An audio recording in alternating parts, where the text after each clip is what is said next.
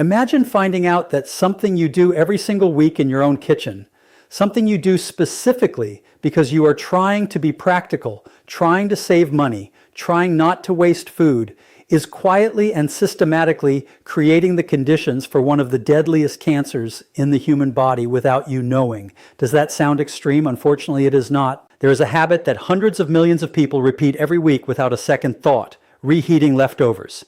And the truth about what happens inside 5 very specific foods the second time heat touches them is something that most people will go their entire lives without ever being told. In the next few minutes, I'm going to show you exactly which 5 foods are the most dangerous to reheat, what they are chemically turning into inside your body when you press that button, and why that transformation connects directly to one of the cancers with the lowest survival rates in all of modern medicine, pancreatic cancer. I am Dr. Alan Mandell, and I am going to tell you something today that I believe every single person who cooks at home deserves to know, because I have sat across from too many patients who received a devastating diagnosis and looked at me and asked, "Why did nobody warn me about this sooner?"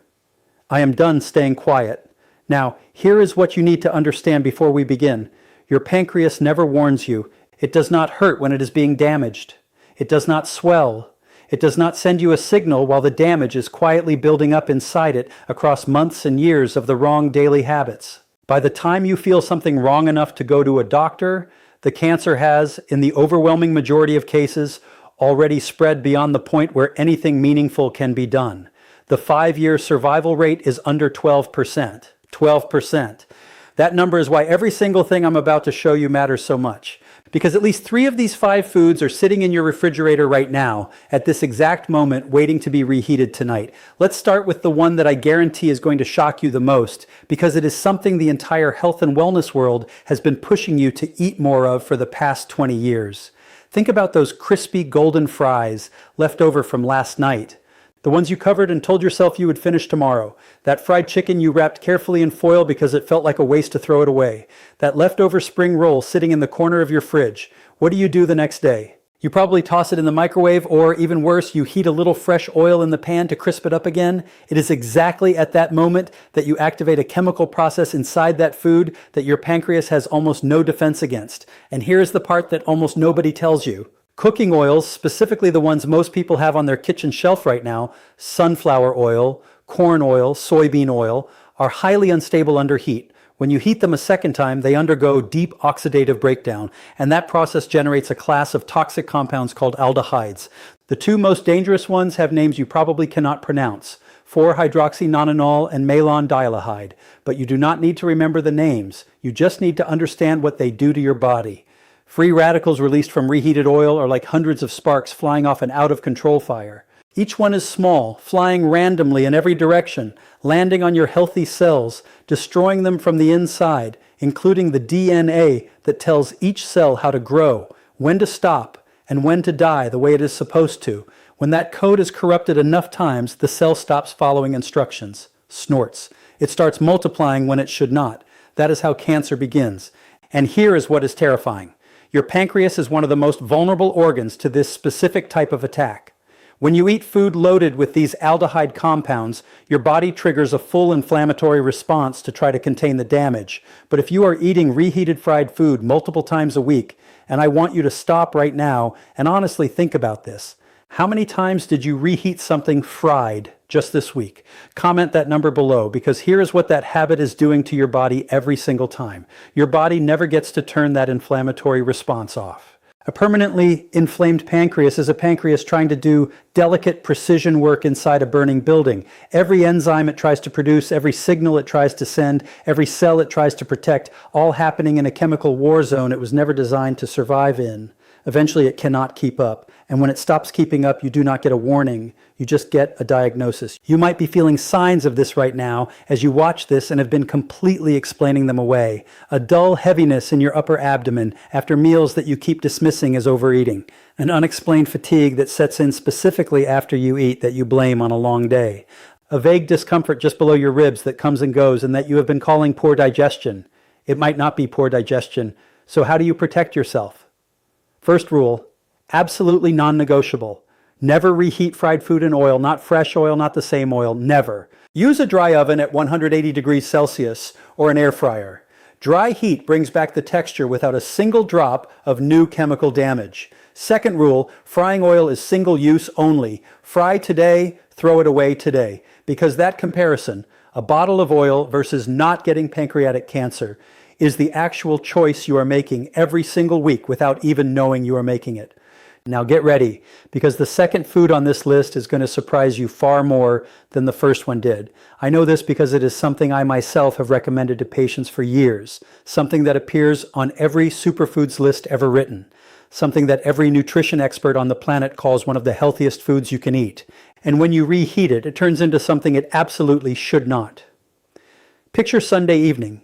You cook a beautiful pan of sautéed spinach with garlic and olive oil, deep green, wilted perfectly. You feel genuinely good about yourself. You are being healthy. You are eating your greens. You are doing exactly what you are supposed to do. You put the leftovers in a container in the fridge. Monday lunch. You take it out and microwave it for 90 seconds. It smells exactly the same, looks exactly the same, tastes exactly the same. And while you are eating it, that second round of heat has just triggered a chemical reaction inside that spinach that the World Health Organization has officially linked the cancer risk. Here is what is happening inside that container. All leafy greens, spinach, kale, chard, arugula, all of them contain naturally occurring compounds called nitrates, snorts. Fresh, they are completely harmless, zero problem.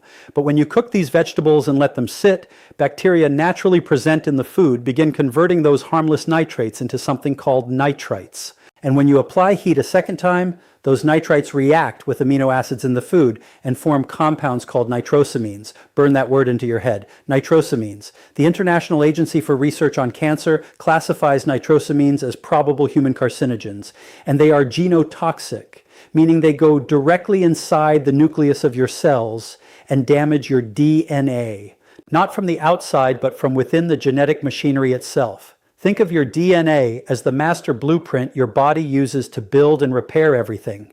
Nitrosamines are like someone breaking into the blueprint room every few days and quietly changing one measurement, erasing one instruction. Your repair systems catch most of it, but not all of it.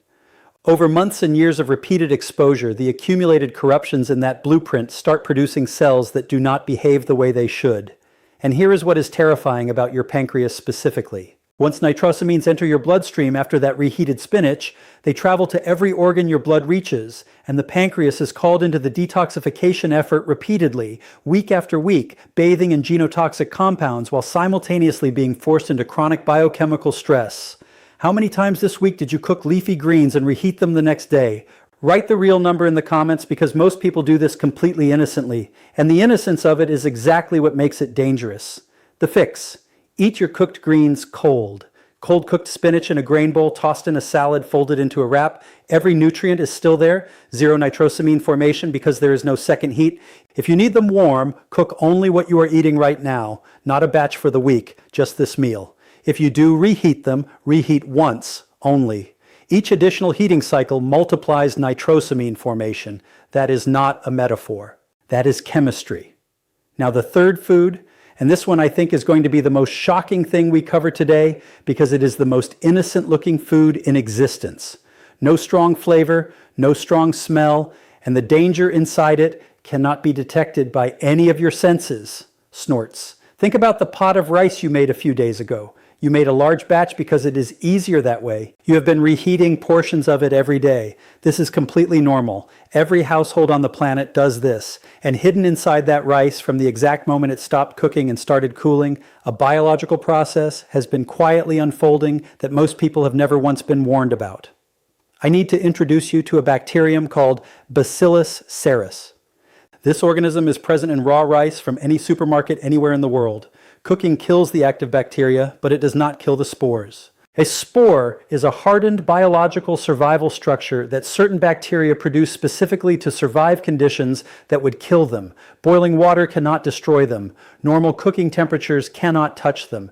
They sit dormant in your perfectly cooked rice, completely invisible, completely undetectable by any smell or taste, waiting for the temperature to drop into their ideal multiplication range, which is exactly the temperature of your kitchen counter as that rice cools after cooking.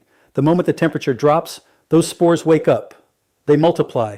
They produce toxins. And here's the detail that matters most. One of those toxins is heat stable, When you microwave that rice the next day, you killed the live bacteria. But the toxin they already produced while they were multiplying, your microwave does not touch it. It survives the reheating completely intact and enters your body in full working order. Think of it like this. Imagine a factory producing toxic chemicals in your basement without you knowing. You find out and shut it down. You turn off every machine, but the barrels already produced before you shut it down are still sitting there in the warehouse. Your microwave shuts down the factory, but the barrels are already in your bowl and you're about to eat them. Now here's the pancreas connection. Repeated low-level exposure to these toxins, even without dramatic full-blown food poisoning every time, creates chronic low-grade inflammation throughout your gut. And science has clearly mapped what researchers call the gut-pancreas axis. Your gut and your pancreas share blood supply, lymphatic drainage, and inflammatory signaling pathways. A chronically inflamed gut sends those inflammatory signals directly to your pancreas every time without exception. How many days has the rice in your refrigerator been sitting there right now? 1 day, 3 days, a week? Comment the real number because that number tells you exactly how much risk you have been quietly accepting. The fix. Cool cooked rice within 1 hour of cooking. Spread it wide and shallow, not piled deep. More surface area means faster cooling. Faster cooling means less time for those spores to activate. Eat it within 24 hours. Reheat it fully until steaming hot throughout. Then eat it completely. Do not put it back in the fridge after reheating once. These are not complicated rules. They are just rules most people have simply never been told. Now the fourth food. Nearly every family eats this multiple times a week. And the danger here comes from a specific feature of one very common kitchen appliance that creates invisible pockets inside food that look perfectly safe from the outside. You made roasted chicken thighs last night. Golden, perfectly cooked all the way through. You saved them in a container in the fridge. Today at lunch, you put 2 pieces on a plate, microwave them for 2 minutes, touch the outside, it feels hot, and you eat. This is a completely normal Tuesday in millions of homes. And the way that reheating happened, microwave 2 minutes, touch check on the outside, is exactly where the danger lives. Here is something most people do not know. A microwave does not heat food the way an oven does. It excites water molecules inside the food to generate heat. But different parts of the same piece of chicken have different water content, different density, and different fat distribution. Some parts reach temperatures that kill bacteria. Other parts, just centimeters away, stay at exactly the temperature where bacteria not only survive, but actively multiply. These are called cold spots. You cannot see them. You cannot feel them from the outside. The outside can be scorching hot, while the center is sitting at the precise temperature that dangerous bacteria prefer. 2 bacteria make this specifically terrifying with chicken: Salmonella and Campylobacter. Both are present in raw poultry at very high rates. Proper initial cooking eliminates them, but recontamination after cooking is entirely possible on your hands, on the counter, on utensils.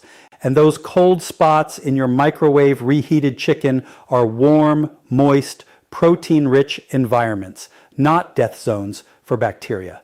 Incubators.